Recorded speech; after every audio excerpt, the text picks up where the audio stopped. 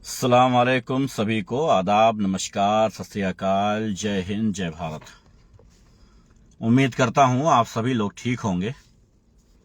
उम्मीद पे दुनिया कायम है और मैं भी ये उम्मीद करता हूं कि आप लोग सब इंशाअल्लाह ठीक होंगे। बहुत दिनों के बाद लाइव आया हूं। मुझे पता है कि आज व्यूज तो नहीं होंगे, लोगों तक वीडियो नहीं पहुंचेगी, नोटिफिकेशन नहीं जाएगी, बहुत सारी बातें होंगी, लेकिन इंशाअल्लाह अपनी बात आगे रख के जाऊंगा।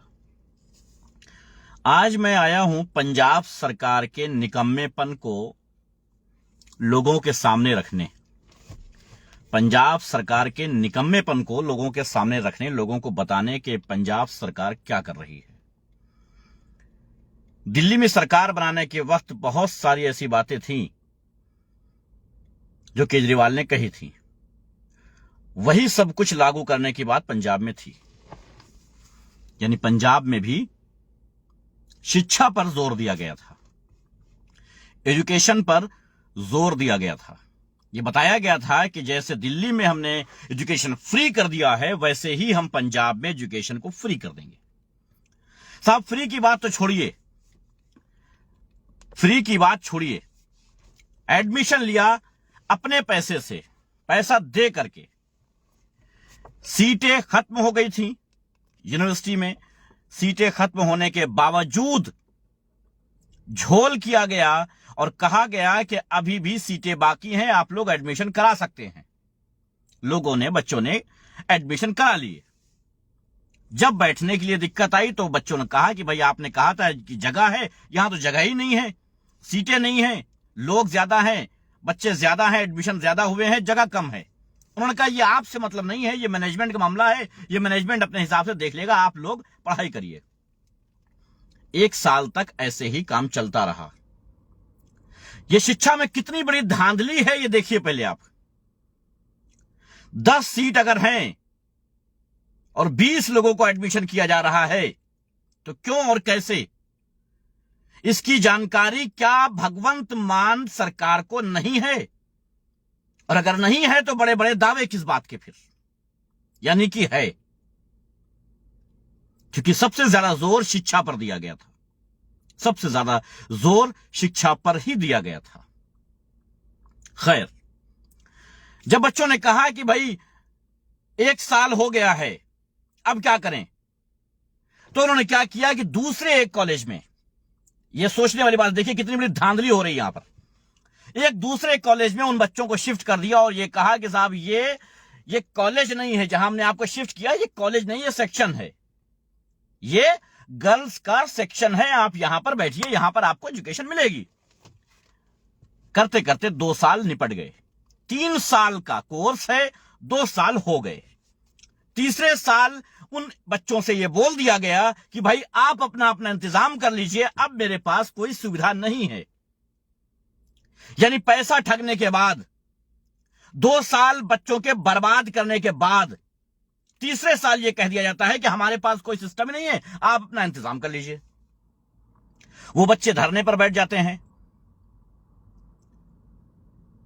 वाइस चांसलर अपने साथ प्राइवेट गुंडे लेकर के, बाउंसर्स लेकर के आते हैं और जब बच्चे गेट पर, चूंकि वो बच्चे गेट पर बैठे हुए हैं, तो उन बच्चों को हटाने के लिए, उस गेट को खोलने के लिए प्राइवेट गुंडे, बाउंसर लेकर के वाइस चांसलर आते हैं और उसके बाद उसका ताला तोड़ते हैं उस गेट का और अपना अंदर जाते हैं।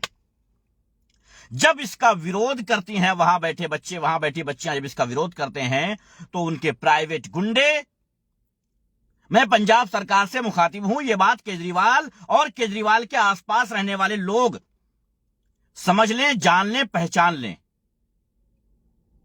और हमारे जो बहन, हमारे जो भाई हमसे दिल्ली के वक्त या पंजाब के वक्त ये कहते थे कि हम जिम्मेदार हैं, आप बोलिए, आम आदमी पार्टी के लिए आप बोलिए, आप साथ आइए, आप भारतीय जनता पार्टी की सरकार खत्म करवा करके इन सरकार को बनाने के लिए 1 वोट का भी अगर आप इंतजाम कर सकते हैं तो करिए, जिम्मेदारी हमारी होगी। मैं उनसे भी आज मुखातिब हूं और मैं कहना चाहूं, मैंने पर्सनल अभी किसी को कॉल नहीं किया, लेकिन सीधे तौर पे सीधे तौर पे मैं पंजाब सरकार के या आम आदमी पार्टी से रिलेटेड हर उस व्यक्ति से इस टाइम संबोधन कर रहा हूं।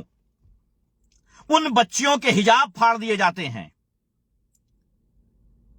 उन बच्चियों के हिजाब फाड़ दिए जाते हैं, उनको सड़कों पर घसीटा जाता है। 2 साल एजुकेशन के बाद तीसरे साल उनको एजुकेशन के लिए बाहर छोड़ दिया जाता है कि साहब अब मेरे पास कोई इंतजाम नहीं है। तो ये धांधली जो शिक्षा में धांधली हो रही है, या नौजवानों का भविष्य बर्बाद किया जा रहा है, या पैसे की धांधली की जा रही है, ये सब किसका जिम्मेदारी, ये जिम्मेदारियां किसकी हैं? ये आम आदमी पार्टी की जिम्मेदारी है, सरकार की जिम्मेदारी है, या किसकी है? अच्छा, कॉलेज प्रबंधन ने साफ तौर पे ये मना कर दिया है कि भाई मेरा मसला नहीं है, ये सरकार जाने।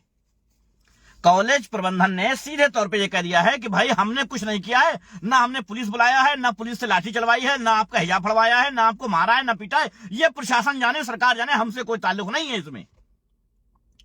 तो मैं सीधे तौर पे जानता हूं कि एजुकेशन सिस्टम किसके अंडर में है, कौन है वो जो इतनी बड़ी धांधली कर रहा है, और कौन है वो जो मुस्लिम लड़कियों के हिजाब फाड़ने की बात कर रहा है वीडियो पे। बाकायदा वीडियो में ऑडियो सुनाई दे रही है, उस वीडियो में बाकायदा ये ऑडियो सुनाई दे रही है कि इनके हिजाब फाड़ो, ये वहां से भाग जाएंगी। मैं उन हरामखोरों से, आरएसएस के दलालों से पूछना चाहता हूं कि तुम्हारी बहन बेटियों के कपड़े फाड़े जाए, कैसा लगेगा तुमको? तुम कहते हो कि इनके हिजाब फाड़ो, ये यहां से हट जाएंगी। वो एजुकेशन मांग रही हैं, अपना हक मांग रही हैं, वो फीस देकर के एडमिशन लेके आई हैं। हराम में तुमने एडमिशन नहीं दिया है वहां, नहीं, तुमने हराम में कोई एडमिशन नहीं दिया है। तुमको ये मत समझना कि तुमने हराम में कोई एडमिशन दे दिया है, तुमसे कोई हराम में शिक्षा मांग रहा है, नहीं, ऐसा कुछ नहीं है। पैसा दे करके एडमिशन लिया है, 2 साल पढ़ाई की है, तीसरे साल तुम उनको निकाल के सड़कों पे फेंक देते हो और कहते हो कि इनके हिजाब फाड़ो, ये भाग जाएंगी। तो आरएसएस की दलाली कितने में कर ली है केजरीवाल ने? हालांकि केजरीवाल तो आरएसएस के दलाल थे, हमेशा से दलाल रहे हैं, आरएसएस के तो हमेशा रहे हैं। वो जब अन्ना हजारे का प्रदर्शन चालू हुआ था, उस दौरान से आरएसएस के हैं। आरएसएस द्वारा फंड दिया गया, उसके बाद अन्ना हजारे का वो प्रदर्शन हुआ और बहुत सारी चीजें वो उसी में मुलविस हैं। वो सब बात की बात है, वो कौन कहां मिला है वो बात बताएंगे, वो बाद में कभी बात होगी, किसी और वीडियो में किसी और टॉपिक पे बात होगी, तब इस पे जिक्र होगा। लेकिन ये शब्द जो उसमें सुना गया है कि इनके हिजाब फाड़ दो और ये भाग जाएंगी, इसका मतलब क्या समझा जाए? साफ तौर पे किसी को एजुकेशन से दूर रखना और उसकी फीस ले लेना, 2 साल उसके बर्बाद कर देना और तीसरे साल ये कह देना कि हमारे पास इंतजाम नहीं है। ये किसी प्रदेश में अभी तक देखा गया है क्या? मैं भारतीय जनता पार्टी की सरकार की बात करता हूं। भारतीय जनता पार्टी की सरकार में भी कहीं ऐसा नहीं देखा गया है कि 2 साल एजुकेशन के बाद तीसरे साल ये कहा जाए कि नहीं साहब मेरे पास इंतजाम नहीं है, आप जाइए अपना इंतजाम करिए। ऐसा क्यों? भगवंत मान सरकार जो पंजाब में अपने आप को बहुत बड़ी 30 मार खा समझ रही थी, या अपने आप को 30 मार खा बनाने में लगी हुई थी, नशा मुक्त प्रदेश, शिक्षा युक्त प्रदेश, बहुत सारे नारे थे इनके, फ्री मेडिसिन, ये वो, दुनिया करेंगे, ऐसा करेंगे, वैसा करेंगे, और करना कुछ नहीं था। क्या ये एक षड्यंत्र था कि जहां जहां कांग्रेस सरकार है वहां वहां अगर भारतीय जनता पार्टी की सरकार नहीं आ सकती है तो उसको भारतीय जनता पार्टी 2 यानी केजरीवाल सरकार बना दिया है? यही पंजाब में और यही दिल्ली में हुआ। दिल्ली में जब सरकार बनाया था केजरीवाल ने, उसके बाद दोबारा चुनाव हुआ था, लोग कह रहे थे नहीं साहब केजरीवाल नहीं जीतेंगे, तो हमने कहा था जीतेंगे, क्योंकि वो उनको मिली है रिश्वत में दिल्ली। जी हां, भारतीय जनता पार्टी द्वारा रिश्वत में दिल्ली दी गई है उनको। अब किस चीज की रिश्वत है ये सब पर बाद में जिक्र होगा, इसलिए केजरीवाल ही सरकार बनेगी भारतीय जनता पार्टी की। भारतीय जनता पार्टी 2 केजरीवाल सरकार जो है वो बनती रहेगी दिल्ली में, कोई दिक्कत नहीं होगी, क्योंकि पावर वैसे भी आधे हैं उनके पास, आधे तो भारतीय जनता पार्टी के अंडर में है, गृह मंत्रालय के अंडर में है, तो कोई दिक्कत की बात नहीं है उसमें। कोई बड़ा प्रदेश ऐसा नहीं होगा जो केजरीवाल को दिया जाए या किसी थर्ड पार्टी को दिया जाए। तो यानी कि भारतीय जनता पार्टी 2 या यूं कहा जाए कि आरएसएस 2, ये सारी चीजें सिर्फ मुसलमानों के अगेंस्ट हिजाब फाड़ देने की बात करने वाले लोग, ये वर्दीधारी जो अपने ऊपर अपने तन पे वर्दी लगाए हुए हैं और कहते हैं कि औरतों के बच्चियों के हिजाब फाड़ दो तो यहां से भाग जाएंगी, ये कौन है? कहां से आते हैं? क्या इसी भारत देश से आते हैं जिसके लिए दुनिया में डंका बज रहा है? किस चीज का डंका बज रहा है दुनिया में? हमारे यहां पूरी दुनिया में किस चीज का डंका बज रहा है? हम एजुकेशन देने में सबसे पीछे रह जा रहे हैं। हम लोगों को जलील करने में, बच्चियों के हिजाब फाड़ने में सबसे आगे जा रहे हैं। मुसलमानों के खिलाफ आतंक फैलाने में हम सबसे आगे जा रहे हैं और हम कह रहे हैं कि दुनिया में नंबर 1 है। लेकिन इसमें भारतीय जनता पार्टी की कोई गलती नहीं है। इसमें आम आदमी पार्टी के सर्वे सर्वा अरविंद केजरीवाल, जो आरएसएस का चड्ढा पहने हुए हैं, भगवंत मान, जो लालची और नशेड़ी मुख्यमंत्री हैं। मैं भगवंत मान के खिलाफ एक वीडियो और डाल चुका था बहुत पहले, जब सिद्धू मूसेवाला की सिक्योरिटी वापस ली गई थी, उसको बखान किया गया था तभी, और उसके दूसरे दिन सिद्धू मूसेवाले को मार दिया गया था। मैं आज फिर यह बात कहता हूं कि आरएसएस की कॉपी या आरएसएस की शाखा जो अरविंद केजरीवाल लेकर चलते हैं, एक बात समझ लें कि कहीं भी सरकार बनाने के लिए वोट की जरूरत होती है। भारतीय जनता पार्टी तुमको वोट नहीं करेगी, समझ रहे हैं? वो अपना कैंडिडेट तुम्हारे खिलाफ जरूर खड़े करेंगे। तुम जीतोगे कैसे? जो कांग्रेस को नहीं पसंद करते हैं वो तुम्हारी तरफ आते हैं। ऐसा ना हो कि तुम्हारी रिश्वतखोरी जो है वो बंद हो जाए। ऐसा ना हो कि तुम्हारी जो रिश्वतखोरी है ये खत्म हो जाए। किसी महिला का हिजाब फाड़ना, उसको सड़कों पर घसीटना, ये अभी तक सिर्फ भारतीय जनता पार्टी करती थी और अब आम आदमी पार्टी भी करने लगी है। तो भगवंत मान जी, अगर आप दारू के नशे को खत्म कर चुके हो, अगर आप ड्यूटी फ्री पी चुके हो और उसका नशा उतर गया हो तो ठीक है, और अगर नहीं उतरा है तो नशा उतार लीजिए, और उतारने के बाद यह जान लीजिए कि आपके प्रदेश में बच्चियों को सड़कों पे घसीटा जा रहा है। उनसे फीस लेने के बावजूद, 2 साल पढ़ने के बावजूद, तीसरे साल उनको यूनिवर्सिटी के अंदर जाने नहीं दिया जा रहा है, और उनके हिजाब फाड़ करके उनको भगाने की नाकाम कोशिश की जा रही है। नाकाम कोशिश इसलिए कह रहा हूं क्योंकि यह मत समझ लेना कि उन मासूम बच्चियों के साथ कोई नहीं है, यह मत समझ लेना। क्योंकि साहब, मुखालिफत तो हमने भारतीय जनता पार्टी की कर दी, उनके बड़े बड़े फैसलों की कर दी, तो तुम किस खेत की मूली हो? सबसे बड़ी बात तो यह है। और हम जैसे लाखों करोड़ों पड़े हैं, हमसे बहुत आगे, बहुत बड़े बड़े। हमारी तो फेसबुक आईडी रोक करके, ऐसे करके, वैसे करके, चैनल बंद करके, सब कुछ करके खत्म कर लेते हो, कोई दिक्कत नहीं। लेकिन बहुत सारे ऐसे पड़े हैं जिनकी आवाज बहुत दूर तक जाती है, उनको क्या करोगे? हम जैसे को तो कुचल डालोगे, मसल डालोगे, कोई दिक्कत नहीं। हालांकि भारतीय जनता पार्टी में दम हो सकता है, लेकिन आम आदमी पार्टी में अभी इतनी हस्ती, इतनी दम भी नहीं हुई है कि किसी को मसले या किसी कुछ नहीं।